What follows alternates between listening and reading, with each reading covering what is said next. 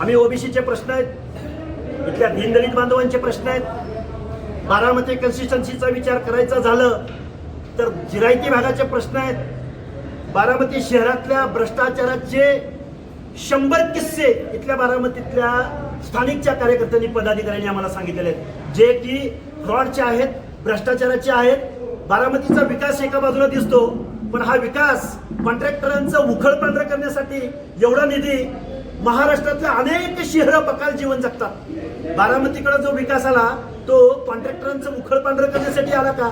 असे 100 किस्से आम्ही या बारामती नगर परिषदेमधल्या जनतेसमोर मांडू.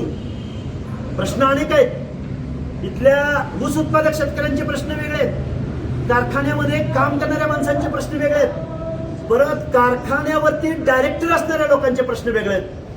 ज्या सभासदांच्या मुलांच्या शिक्षणासाठी इथं संस्था चालतात, ज्या सभासदांच्या मुलाबाळांना, एज्युकेटेड मुलाबाळांना नोकऱ्या उपलब्ध व्हाव्यात अशा ज्यांच्या अपेक्षा आहेत, त्यांच्या सुद्धा अपेक्षा इथं पूर्ण होताना दिसून येत आहेत. प्रश्न मांडायचे म्हणलं तर अख्खी जंत्री मी तुमच्या समोर मांडू शकतो. बारामतीत काही नवीन आलो नाही किंवा खूप लांबून कुठून तरी आलोय असा पण भाग नाही. बारामतीमधल्या प्रत्येक वाड्या वस्त्यावरती गावामध्ये जिरायती भाग असेल, बागायती भाग असेल, सुपा परगणा असेल, आणि कुठलीही गावं काढा, प्रत्येक ठिकाणी माणसांचे काय वेदना आहेत, माणसांचे काय प्रश्न आहेत हे आम्हाला चांगली माहिती आहे.